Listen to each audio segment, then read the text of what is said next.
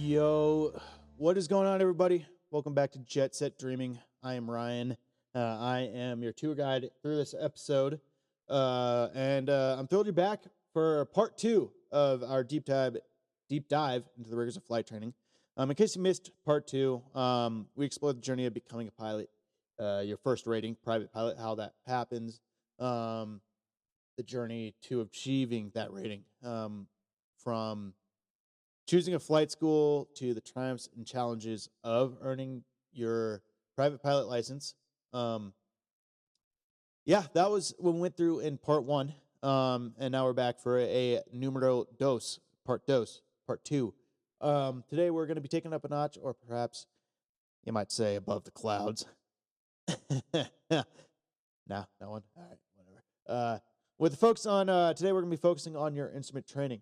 For those unfamiliar with your instrument training, it is a critical step for pilots who want to fly in less than perfect weather, i.e., the clouds, fog, what have you. And it'll be for those pilots who navigate solely by their instruments. So, once again, you're not going to see anything when you're in the clouds, so you're going to have to use your instruments. It is both a challenging, rewarding, and an absolute blast and game changer for any pilot. But it's really, really rigorous training. I'm not going to lie. At least for me, it was. It took me a little bit to get it done, thanks to Embry Riddle and their classes. But it's a lot of fun. So strap in and let's take off into the world of IFR, or as you common folk know it, instrument flight rules. I'm sure none of you actually know it as that, but we call it IFR, and it's called actually instrument flight rules. But anyways, yeah, let's get into it. So let's start with why it's important. So as a private pilot, you're limited to flying in VFR or visual flight rules, which means you need clear skies and good visibility to fly on those cross countries. But what happens when clouds roll in or fog just covers the runway? You're gonna have to get down somehow, right? This is where instrument training comes in. Now, granted, during your private rating, you do go through some instrument training. You do go through how to read your instruments, how to use them in case you are in inadvertent IMC is what we call it.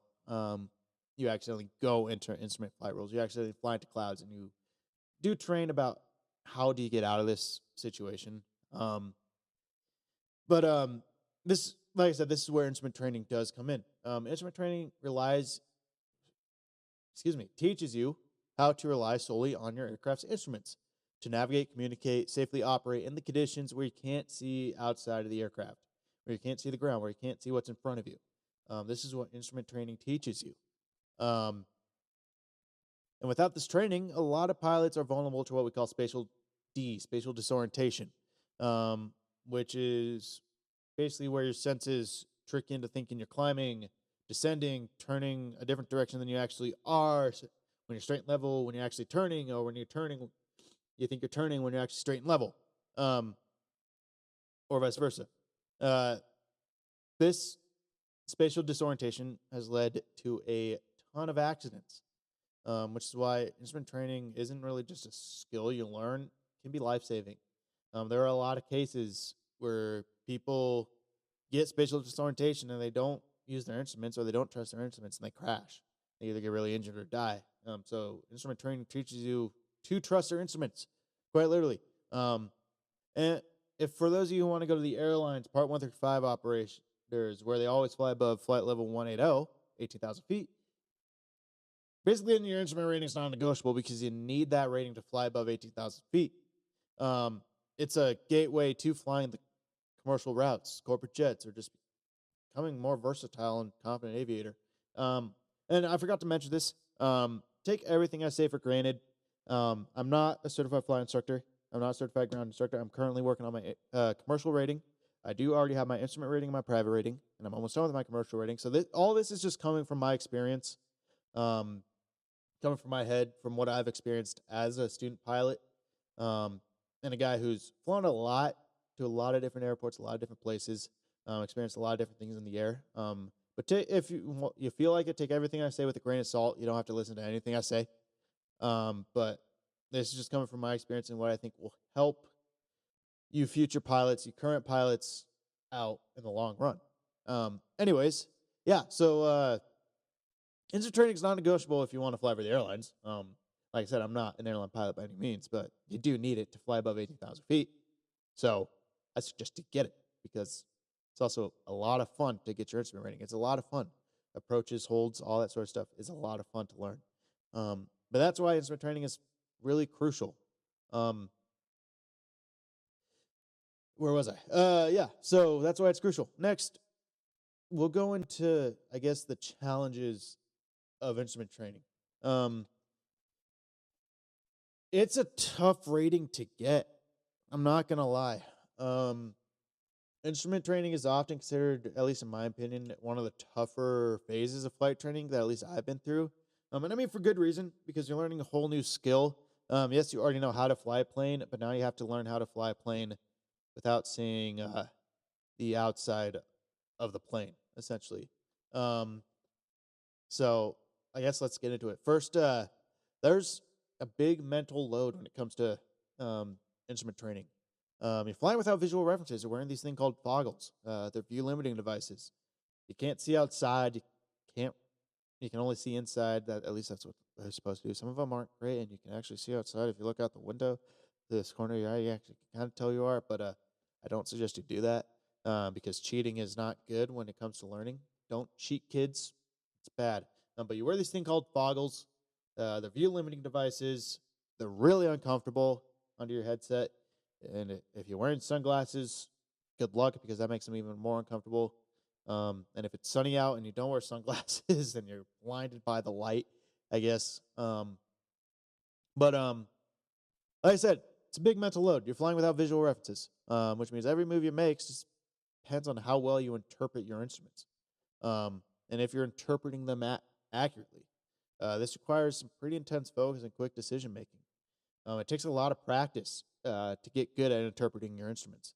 Um, you're not just going to be able to do it on the first try. You might be okay at it on the first try, but it'll take a lot of practice to get good at it. And like I said, you do practice it in private. So some of that stuff that you did in your private training will translate into your instrument rating a lot, like intercepting and tracking radials. That'll translate to it because they're going to be doing that in your instrument training. Um, but it requires pretty good focus and pretty good decision making. Next, at least for me in my training, before we ever stepped foot in a plane, or I guess sat in a plane and went up and did these maneuvers, we were in a simulator. A Redbird FMX is one that we used. It was a full motion sim, albeit the motion was terrible. It wasn't great. The sim was old and crappy, and it didn't really work all that well. Um, but if you're like me and your flight school is like me and you're doing 141, you will spend a lot of time in a simulator. Um, this is where a lot of students that I know at least spent a lot of their time as well during instrument. The simulator does its best. I'm going to say that, preface it. It does its best. It's not perfect, but it does its best to mimic real world conditions like turbulence. Does a really good job at mimicking low visibility because it's a simulator. You just need to black out the screen. Low visibility, emergencies, wind, whatever. It does its best. And it's the best thing about a simulator. It's a safe place to make mistakes because you're not in a plane, you're not in the air making these mistakes. You're in a simulator on the ground. So there's no harm, no foul. It's like, oh no, we'll just restart the sim and redo whatever you messed up and help you get it right. But it can be mentally exhausting in sim because if you're like me and you love flying, all you want to do is fly. You want to get up in the air. You want to fly the plane. You want to land. You want to do all that sort of stuff. In the simulator, it's on the ground. It's a computer. So it's not a whole, it does, like I said, it mimics it to its best of its ability, but it's not like flying an actual plane, which is what we all want to do. We all came here to do. Um, so it can be pretty mentally exhausting. Oh, we got another simulator session. God dang it. Um, but yeah, you will spend a lot of time in the sim. And then some of the most daunting tasks come later when you're doing holds and approaches. It's a lot of fun though. Yes, it is tough mastering holds and approaches, but it's a lot of fun. A hold is essentially like a horse track. It's in the shape of a horse track. You're essentially trying to drive perfect circles in a snowstorm because you can't see, and you're trying to make this perfect little horse track shape, oval shape, but you can't see. And then comes how do you enter a hold? There you can do parallel, teardrop, um, opposite, whatever it's called, straight in. Um, so you have to figure out which entry are you going to do to this hold. What direction am I coming from to the hold? And that'll help you figure out, all right, I'm going to do a teardrop. I'm going to do a parallel. I'm going to do all these different things. In the real world, they don't really care how you enter the hold as long as you enter it. That's something I learned from one of my ATC buddies. They don't actually care. But you got to figure out and learn how to enter the hold. Then you got to learn how to do the hold. You got to read it on a chart if it's charted on like an approach blade or something. Like, oh, is it a 1 minute leg, 2 minute legs, 7 mile leg holds? You got to figure out how to read the holds. How long do you have to do it? You got to set the timer. You got to make sure you're turning in the correct direction. Don't turn into mountain. So there's a lot that goes into learning how to hold. Then comes the approaches, which is basically descending through clouds to align to your best of your ability perfectly with a runway you can't even see yet. It's a test of precision and patience. Approaches are a lot of fun. They were one of my favorite things I did during instrument.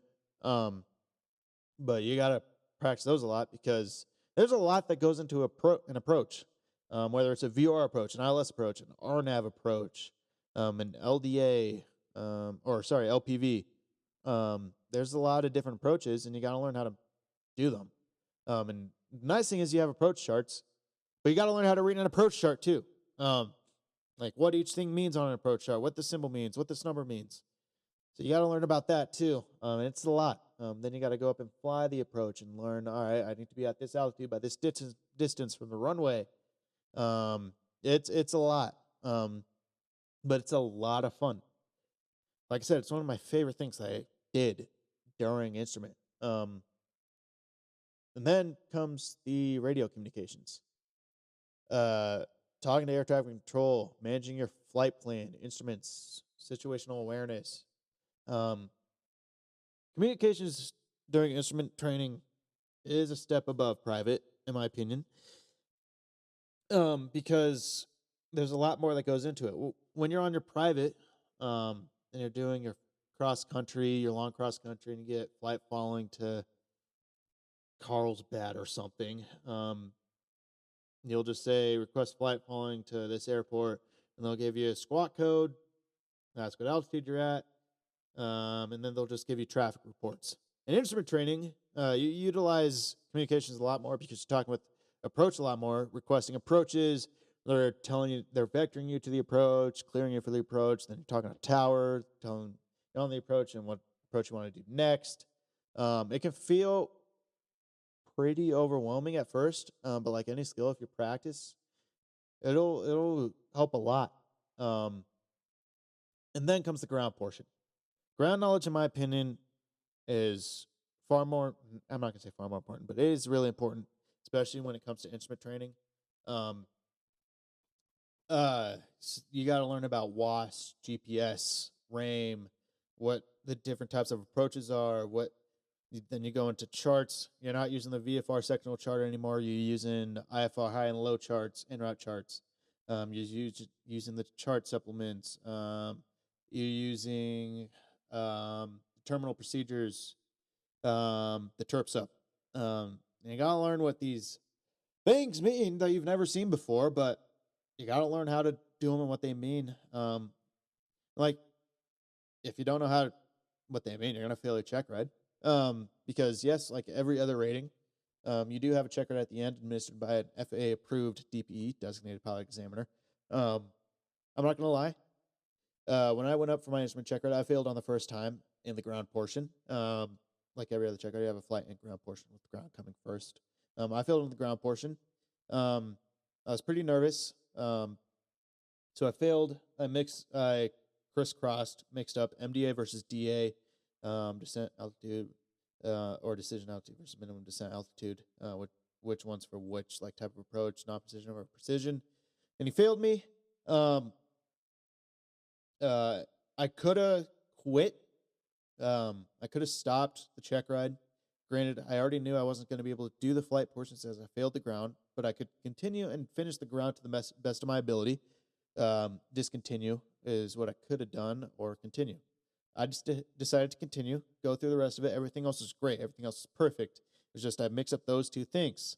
Um, and it was getting towards the end of winter break, or the start of winter break. Finals were just getting over, and I'm going home in like a week. Then get rescheduled for Friday. I think it was the 21st of December of 2023. Um, go back up for my check ride. I get there at 6 a.m. All we have to go over is MDA versus DA. I'm so nervous because I'm going home the next day.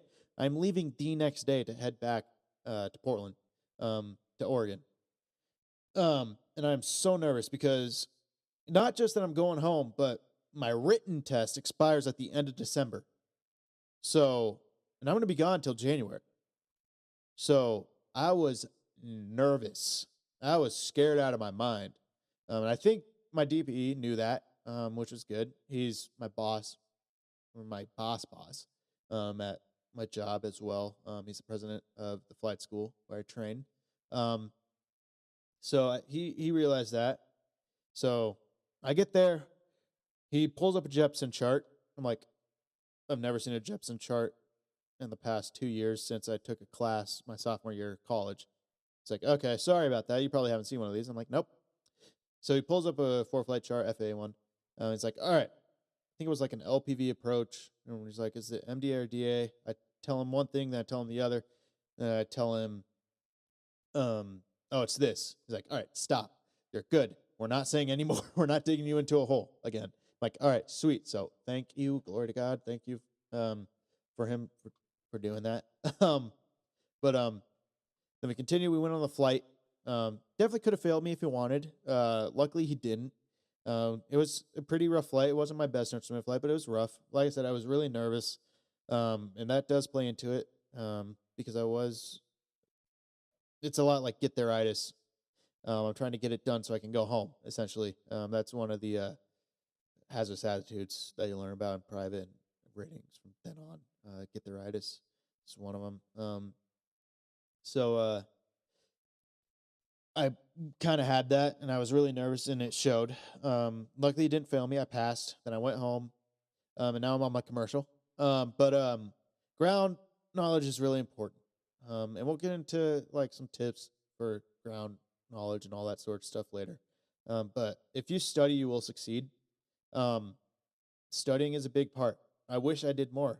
Before I failed, the night before, I did do a little study session with one of my friends who passed not too long before me. But I remember that we did not talk about MDA versus DA or any of that stuff. So looking back, kind of wish I talked about that stuff, but it is what it is. The past is in the past. So yeah, just study. Trust me, it'll help you succeed. And now let's get into the tips for success in instrument training. So like I said, instrument training can be really rigorous. It can be really tough. But if you have the right mindset and tools, you will be able to succeed. And here are some of the tips that I learned that I've got as a now commercial pilot applicant that I want to share with you guys. So first, number one, comfortable with your instruments. Since that's all you're going to be looking at during the flight until you land, get comfortable with them. Know how they work. Know how they operate. You're going to need to know how they operate anyway. So research how like the pedostatic system works. Research how the vacuum system works, attitude indicator works. Research how all this works. It'll help you in the long run. Like, all right, that's not normal, so there must be something wrong with this instrument. So research how they work. It'll knowing them like the back of your hand will save you a lot of time, especially if something goes wrong. Next, practice with a purpose. For me, I used X-Plane. I prefer it just because of the flight physics, but use simulators at home, like X-Plane or Microsoft Flight Simulator to rehearse holds, approaches, departures, what have you. But remember, nothing replaces real-world practice in an actual plane. It does its best, but in my opinion, it's not as good, obviously. But use them. It's very beneficial. Practice hold approaches, departure procedures, what have you. Then embrace the learning curve. This is a big one. You will make mistakes. It's part of the process. Use those moments to learn rather than to get yourself down and let them frustrate you. Don't do that. Use them like, oh, I did this wrong, so I'm going to do it differently next time by doing this. And especially if you're in like a sim session with your flight instructor, like, oh, I messed this up. Can we go back and try it again so I can get it right? Yeah, do it. Like, ask. Don't let these mistakes frustrate you. They will make you a better pilot.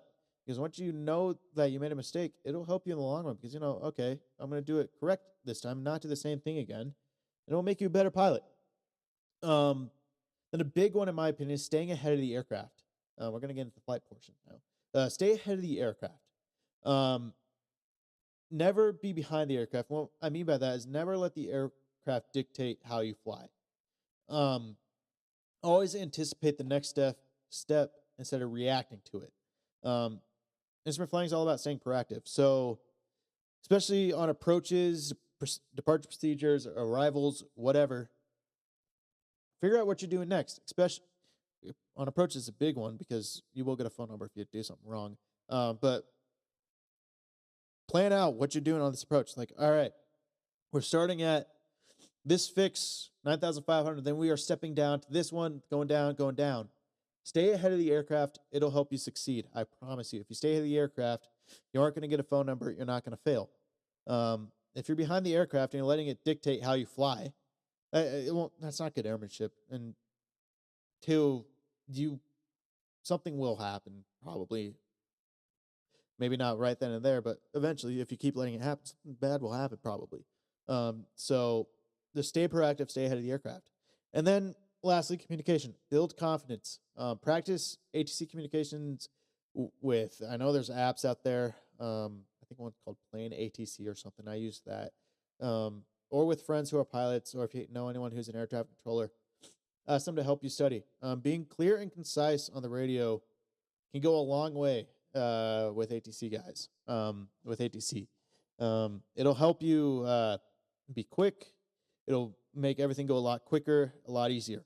So practice being clear and concise, and it'll also help reduce stress, in my opinion, because you don't have to worry about, oh, I said this wrong, so I need to re-say it.